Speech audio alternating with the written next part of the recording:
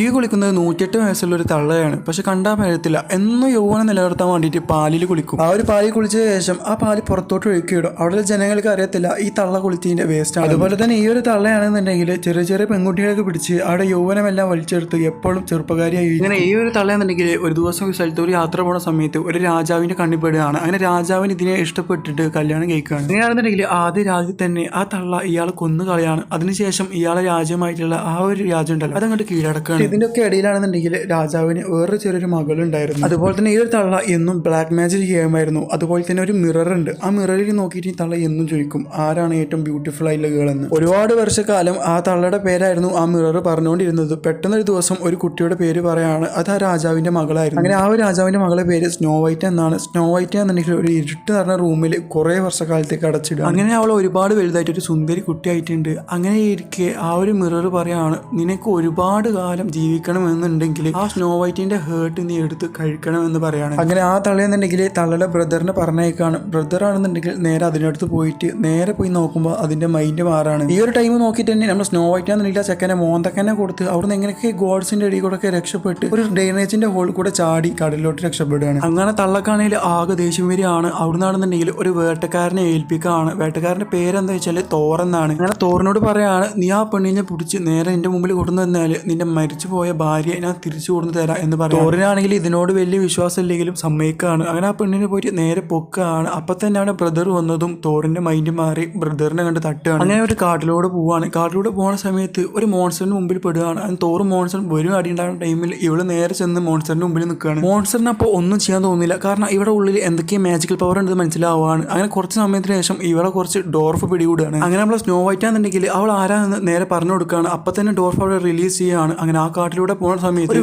വലിയ കൊമ്പുകളില്ല മാന് വന്നിട്ട് ഇവിടെ മുമ്പിൽ തല കുനിക്കുകയാണ്. അങ്ങനെ ഇരിക്കെ പെട്ടെന്ന് ആ രാജാവിന്റെ ആൾക്കാരുണ്ടല്ലോ ആ തള്ളയുടെ ആൾക്കാർ പെട്ടെന്ന് അങ്ങോട്ട് വരികയാണ്. അപ്പൊ തന്നെ അവിടെ വലിയൊരു ഫൈറ്റ് ഉണ്ടാവുകയാണ്. പക്ഷെ ഡോർഫുകളാണെങ്കിൽ നല്ല രീതിയിൽ ഫൈറ്റ് ചെയ്തിട്ട് അവളെ രക്ഷപ്പെടുത്താണ്. അതിനുശേഷം ഒരു എങ്ങള്ളിൽ പോയി ഇവൾക്കൊരു ആപ്പിൾ എടുക്കുകയാണ്. അവൾ സന്തോഷത്തോടെ കഴിക്കുകയാണ്. അതിനുശേഷമാണ് മനസ്സിലായത് അത് പോയിസൺ എന്ന് പറഞ്ഞ ആപ്പിളാണ്. ആ യങ് ബോയിന്റെ റിയൽ രൂപം കാണുന്നത്. അങ്ങനെ അവളെ പാലസിലോട്ട് കൊണ്ടുപോവാണ്. അവിടെ നമ്മളെ വേട്ടക്കാരനുണ്ടായിരുന്നു. വേട്ടക്കാരൻ വന്നൊരു ഉമ്മോടത്തേക്കും അവൾ ഉണരാണ്. അങ്ങനെ അവിടെ നിന്ന് എങ്ങനെയൊക്കെ സ്നോ വൈറ്റ് രക്ഷപ്പെട്ടിട്ടുണ്ടായിരുന്നു. അതിനുശേഷം അവൾക്കാണെന്നുണ്ടെങ്കിൽ അവളെ സൈന്യത്തെ വീണ്ടെടുക്കാൻ കഴിയുകയാണ്. അങ്ങനെ ആ തള്ളയുടെ രാജ്യത്തിന് അറ്റാക്ക് ചെയ്യവരൊക്കെ പോവാണ്. പിന്നിലൂടെ കുറച്ച് ഡോർഫുകൾ കയറിയിട്ട് ഡോർ ഓപ്പൺ ചെയ്യുകയാണ്. അങ്ങനെ എല്ലാ അതിനുള്ളിൽ അറ്റാക്ക് ചെയ്യുകയാണ്. അങ്ങനെ ഫൈറ്റ് തുടർത്തിയിട്ട് നമ്മൾ സ്നോ വൈറ്റും ആ ഒരു തള്ളി ഫേസ് ടു ഫേസ് വരികയാണ്. അവളെ ബ്ലാക്ക് മാജിക് യൂസ് ചെയ്ത് ഒരുപാട് ഫൈറ്റ് ചെയ്ത് പിടിച്ച് നിൽക്കാൻ നോക്കുന്നുണ്ട്. പക്ഷെ നമ്മളെ സ്നോ വൈറ്റ് ആണെങ്കിൽ വളരെയധികം സ്ട്രോങ് ആയിരുന്നു. അങ്ങനെ ഫൈറ്റിനെ ഇടക്ക് അവസാനം സ്നോ വൈറ്റ് ആ തള്ളയെ കൊന്നു കളയാണ്. അങ്ങനെ ആ രാജ്യത്തുള്ള എല്ലാ ബ്ലാക്ക് മാജിക്കും പോവുകയാണ്.